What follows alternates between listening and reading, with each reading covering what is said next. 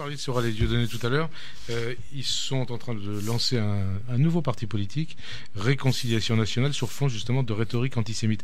Quelle réponse il faut apporter à ça? Est-ce qu'il faut contribuer, il faut se battre pour que ce parti ne voit pas le jour? Écoutez, il faut en tout cas espérer qu'il ne verra pas le jour. D'abord, c'est un gag. Réconciliation nationale, des mecs dont le programme est un programme de guerre civile, qui le disent d'ailleurs. Avec, il faut le préciser, sur le site de Soral et de ce parti, entre guillemets, parti, pseudo-parti, en tout cas parti de haine. On ne fera pas l'économie, les gars. Le champ des partisans. Hein. Mais ça, alors ça, moi, si j'étais l'héritier de Maurice Druon ou de Joseph Kessel, là, si j'ignorais ce que vous m'avez dit là, j'intenterai une action en justice. Je me rappelle ces vieux résistants, ces vieux communistes qui voulaient faire un procès il y a une dizaine d'années au Front National, parce que le Front National, c'est une expression qui a une histoire et qui est liée à la résistance. Ils avaient tellement raison. Je ne sais pas ce que c'est devenu, mais aujourd'hui, le chant des partisans sur le site d'un antisémite enragé comme Soral, ça c'est une indignité, ça c'est une offense à la mémoire des morts, c'est une offense à la mémoire de la France, c'est une claque à la France des gaullistes et des résistants. Mais de surcroît, ce que je vous disais, c'est qu'appeler Réconciliation nationale un parti mené par des gens qui disent on ne fera pas l'économie de la guerre civile, c'est presque comique. Alors espérons que tout ça se terminera dans un grand éclat de rire par l'éclatement de la baudruche.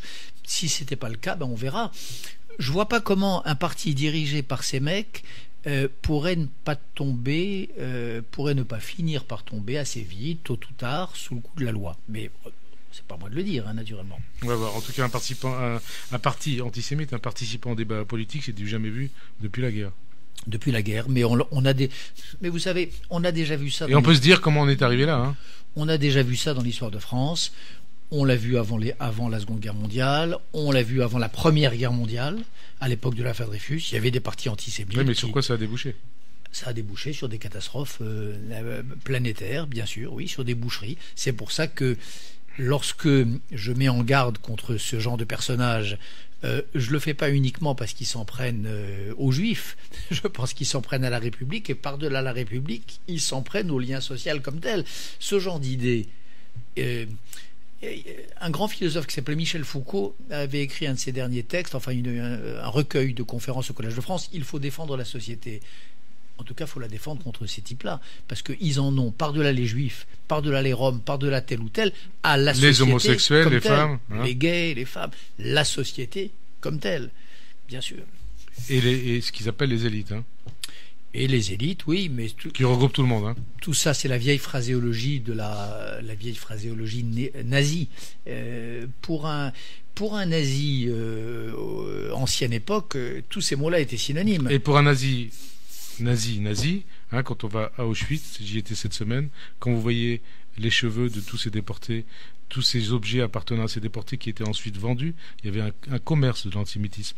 Dieudonné et Soral font ça aujourd'hui. Il faut un commerce de l'antisémitisme. Mais je ne veux, oui, et je ne veux même pas entrer dans ce débat. Je trouve tout ça répugnant. Je trouve le petit trafic que ces personnages organisent absolument répugnant. Il y a des informations qui vont finir par sortir d'ailleurs sur la réalité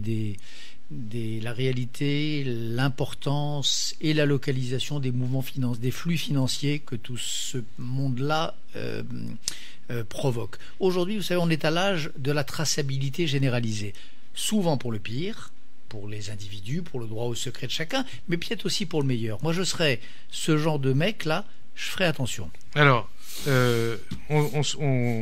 on va se plonger 34 ans en arrière. Hein. C'était, je crois, le 3 octobre, précisément le 3 octobre 1980, l'attentat de la rue Copernic.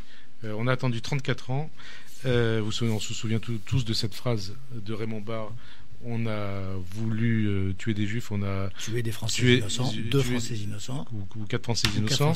Et bien, 34 ans après, le principal suspect de cet attentat antisémite, c'est Hassan Diab, si je ne me trompe pas, un Libanais, va être extradé par le Canada et jugé en France.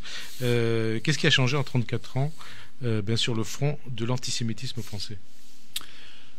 Vous qui parlez, vous qui avez lancé ce terme de fascislamisme. Tout a changé. Tout a changé, c'est-à-dire que son système de légitimation, le dispositif verbal et d'idées qui fait qu'il essaye de se rendre acceptable a changé.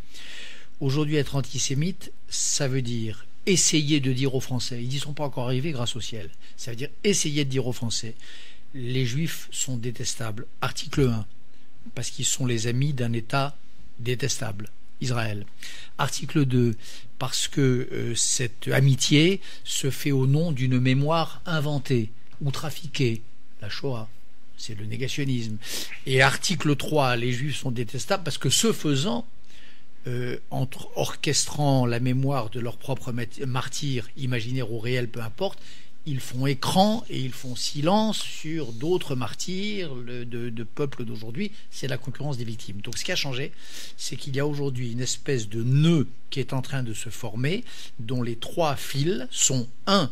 L'antisionisme, 2. Le négationnisme, 3. La compétition victimaire. Ces 3 fils ensemble, s'ils parviennent à se nouer, ça donnera en effet une bombe atomique morale qui s'appellera le néo-antisémitisme. Nous n'y sommes pas, mais nous sommes au bord. Quand on dit parfois, quand on dit que l'Iran est au seuil du nucléaire, formule consacrée, de la même manière, l'Europe est au seuil de cet autre nucléaire qu'est le nucléaire antisémite.